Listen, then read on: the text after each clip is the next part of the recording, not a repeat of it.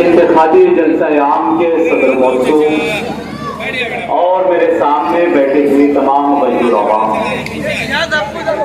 झूठों ने झूठों से कहा है सच बोलो, सरकारी ऐलान हुआ है सच बोलो। घर के अंदर झूठों की एक मंडी है, दरवाजे पर बोर्ड लगा है सच बोलो। आज हमारे शहर में बड़े बड़े स्टेज लगाकर जो कुछ बोला जा रहा है ये सिर्फ झूठ बोला जा रहा है, आवाम को बेवकूफ बनाया जा रहा है।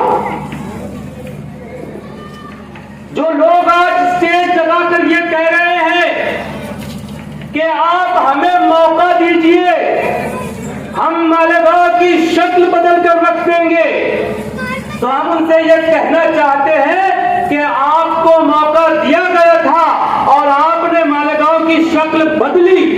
किस तरह बदली मैं आपको बताता हूं। आज हमारे नौजवान नशे का शिकार हो गए, हमारे शहर में गुंडागर्दी का राज हो गया, हमारे शहर में सड़कें नहीं, हमारे शहर की माँ बहनों के लिए कई तफरीह के लिए चहलकदमी लीग के लिए कोई गार्डन नहीं, कोई जगह नहीं। इन्होंने ये शहर को दिया, इन्होंने इस शहर को यह दिया कि इस शहर में किसी तरह की कोई तामीर और तरक्की नहीं दी, इस शहर में कोई मेडिकल कॉलेज नहीं आया, इस शहर में कोई बड़ा हॉस्पिटल नहीं आया, इस शहर में हमारे नौजवानों के लिए रोजगार नहीं आया। इन लोगों ने इस शहर को अगर कुछ दिया है तो इस शहर को सिर्फ और सिर्फ खसारा दिया है। ये कभी नहीं चाहते कि इस शहर की तरक्की हो। आज जब इलेक्शन आया, शफीक रफ्शन साहब हमारे दरमियान तशरीफ लाए, उनका इस्तकबाल करते। आज जब इलेक्शन आया तो ये पैसों के बलबूते पर नौजवानों को बहला फुसलाकर अपने जलसों में गर्दे इकट्ठा कर रहे हैं। ये डर का माहौल इन लोगों ने बना रखा है। लेकिन मैं कहना चाहूंगा कि उम्र भर क्या बेहिसी की जिंदगी कहलाएगा, अब तो बन इंसान कब तक आदमी कहलाएगा। कुछ न कुछ तो बोलना होगा मुझे उसके खिलाफ, अब मेरा खामोश रहना बुज़दिली कह जाएगा। दोस्तों, हम ग्राउंड पर जाते हैं, हम जमीनी सतह का जब जायजा लेते हैं तो इस शहर की आवाम डरी हुई है। वो नहीं कहना चाहती है कि इस शहर को इन लोगों ने कितने खसारे में डाला है, क्योंकि इस शहर की आवाम देख रही है कि जब इनके खिलाफ सच बोला जा रहा है, जब इनसे सवाल किया जा रहा है तो ये धमकियां दे रहे हैं, ये डरा रहे हैं, ये घरों पर गुंडों को भेज दे रहे हैं। हमें और आपको सोचने की जरूरत है, वरना आने वाला मुस्तकबिल बहुत खौफनाक और बहुत खराब है। जो लोग ये कह रहे हैं कि हमने शहर में विकास किया, जो लोग ये कह रहे हैं कि आप हमें मौका दो, हम तामीर और तरक्की करेंगे, मैं आपको बताना चाहता हूं, नोट कर लीजिए इस बात पे, एक रिकॉर्ड मैं आपको दे रहा हूं कि इन लोगों ने 2011 से 2024 तक 2900 करोड़ रुपए का घोटाला किया है और इस बात की जांच होनी चाहिए।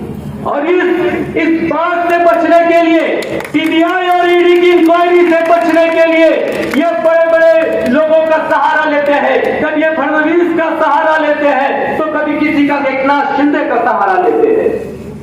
इन लोगों की जांच होनी चाहिए। इस शहर में अगर सबसे बड़ा अगर घोटाला हुआ है तो 2014 से 2017 के बीच कारपोरेशन को लूटा गया और बहुत सारे कामों के पैसे हड़प कर लिए गए, लेकिन इस पर कोई बोलने वाला नहीं, सब खामोश है।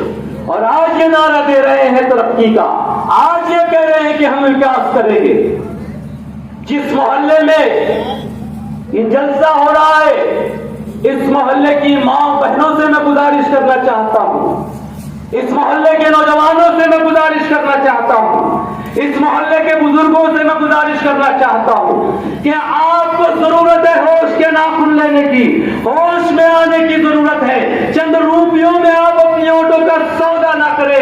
इलेक्शन है, इलेक्शन के वक्त आपको 1000, 2000, 5000 रुपए दे देंगे, लेकिन मुझको बताइए क्या इन्होंने आपके बच्चों की तालीम के लिए कोई बंदोबस्त किया?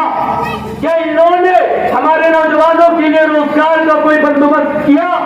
क्या इन्होंने हमारी माँ बहनों के लिए कोई सहूलत का इंतजाम किया? क्या इन्होंने हमारे शहर के मरीजों के लिए कोई इंतजाम किया? नहीं किया।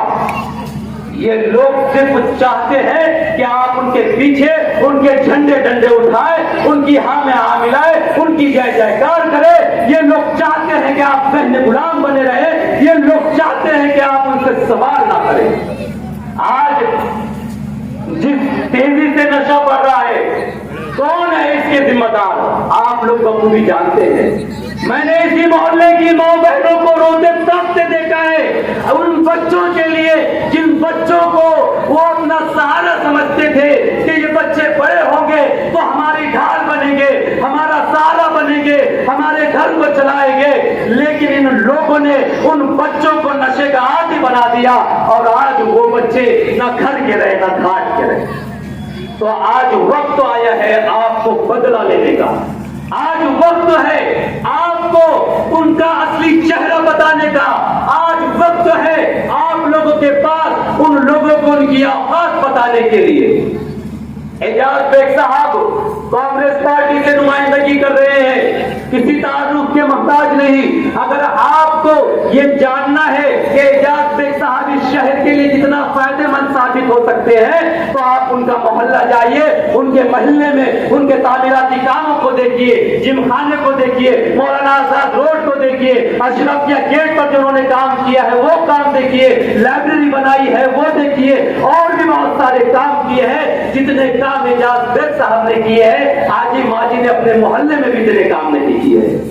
इसलिए इस शहर के मुस्तकबिल का फैसला आपके हाथ में है और मैं मालेगांव शहर कांग्रेस पार्टी की जानिब से आप लोगों से गुजारिश करना चाहता हूं कि आने वाली 20 तारीख को कांग्रेस पार्टी को आप अपना कीमती वोट देकर भारी अक्सरियत से कामयाब करें। यही वक्त की आवाज है और यही वक्त का तकाजा भी कि मैंने माना मेरी आवाज नहीं जाएगी, दरो दीवार से टकरा के पलट आएगी। अब भी मौका है, अंधेरों का करो कोई इलाज, वरना ये नस्ल उजालों को तरफ जाएगी। वाह, अल्हम्दुलिल्लाह।